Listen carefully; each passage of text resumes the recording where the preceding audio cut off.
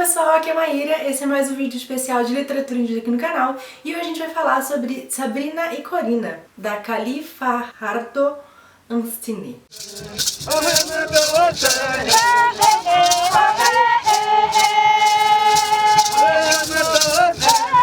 Realmente falei sobre o nome dela errado, porque eu sou péssima em falar espanhol, peço mil desculpas, mas enfim, vamos então falar sobre esse livro, que é uma coletânea de contos. São 11 contos de mulheres indígenas latinas vivendo principalmente na região do Colorado e em Denver, nos Estados Unidos. Aqui no livro ela não é específica sobre nenhuma etnia, mas todos os personagens eles compreendem essa ancestralidade. É interessante que quando você vai lendo, você não se toca muito disso, mas depois você para prestar atenção. Eles fazem parte da mesma comunidade de canos indígenas nessa região do Colorado e eles têm, de alguma forma, o mesmo parentesco ou familiaridade. Os contos, em geral, são todos muito tristes, assim, algumas pesados, mas eu gostei. Ela fala muito sobre...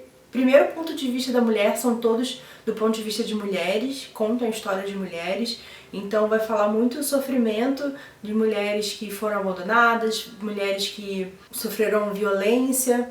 E tem um conto, assim, que eu acho que é o Sabrina e Corina, inclusive, que ele começa com a morte da Sabrina e a família inteira, as mulheres todas estão reunidas, né, organizando como vai ser o funeral e tudo mais. A Sabrina morreu de uma forma muito violenta e então ela tá cheia de marcas no pescoço e no rosto.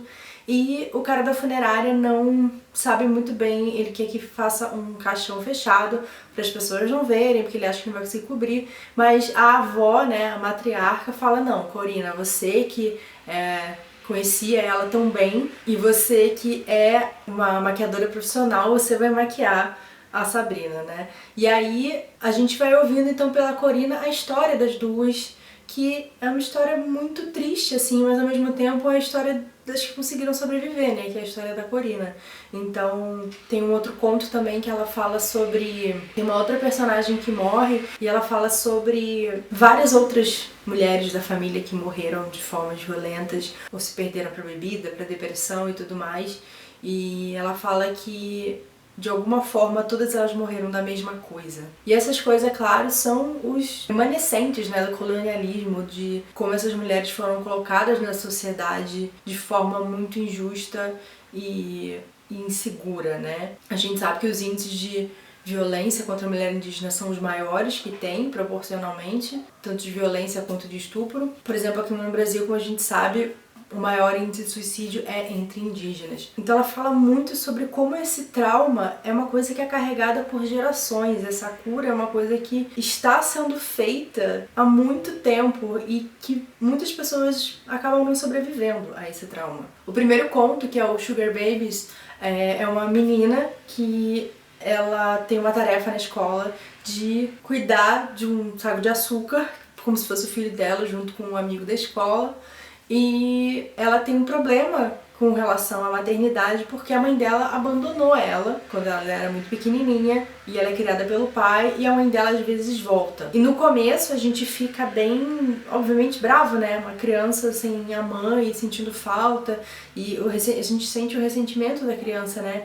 E aí quando a mãe volta a gente entende que a mãe teve filho com 16 anos. Ela não estava pronta para aquilo, ela não entendia como fazer aquilo e ela simplesmente não conseguiu lidar. E essa mãe, ela vive nessa sensação de amor muito grande, mas de culpa, porque ela não consegue ser a mãe que a filha dela precisa. Então são histórias muito bonitas, mas muito difíceis também. E eu acho que ela também fala muito sobre essa existência indígena que você sabe que você tem e que ela é trazida por várias gerações.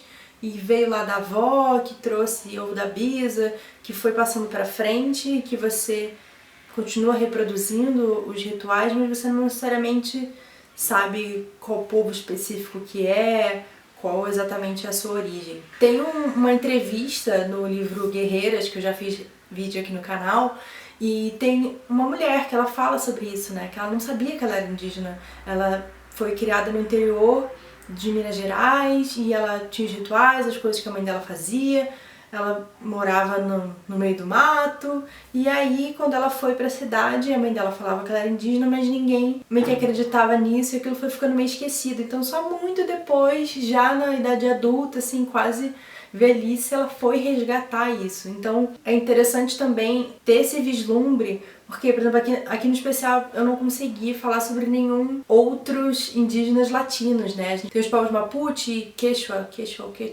que é aqui da América do Sul, mas como eu não leio espanhol, eu não consegui ler nenhum livro de autores Mapuche, por exemplo, nem da América Central, né? Por isso que eu quis trazer esse livro aqui, porque ele vai falar também dessas coisas latinas, que já são diferentes dos indígenas da América do Norte, porque eles misturam também o espanhol e as outras questões culturais também, né? De comida, às vezes até de mistura um pouco de religiosidade. Então, eu achei interessante esse livro porque ele conversa com todas essas histórias, com muitas histórias metade cara, metade máscara, por exemplo. Ele conversa com certeza o Lá Não Existe Lá, mas já é uma realidade diferente, porque são histórias muito doídas, muito de sobrevivência mesmo. E o diferencial dele é que ele tem esse foco na história dessas gerações de mulheres, mas que é essa pegada um pouco mais específica e que é diferente desses outros livros que eu já falei. É um livro muito bonito. Eu imagino que os direitos já devem ter sido comprados aqui no Brasil, eu não sei se já compraram mesmo, mas ele foi um livro que bombou bastante lá fora, recebeu boas reviews, mas apesar de ter sido lançado já acho que faz uns 2 anos, sem notícia por aqui ainda. Mas assim que eu tiver notícias eu aviso pra vocês, porque eu acho que essa leitura ela é muito bonita, ela é muito densa, ela é profunda. A escrita da autora é linda demais, assim, eu parava cada conto, os contos são super curtinhos, são 11 contos, mas são contos curtinhos, e eu parava, assim, eu tinha que processar e às vezes até me desconectar um pouco daquela história, daqueles personagens pra começar uma nova história. Mas eu acho que ele vale muito a pena a leitura, então se você consegue ler em inglês, acho que vale muito a pena ler, mas assim que for lançado aqui no Brasil, eu espero que seja em breve, eu aviso pra vocês também.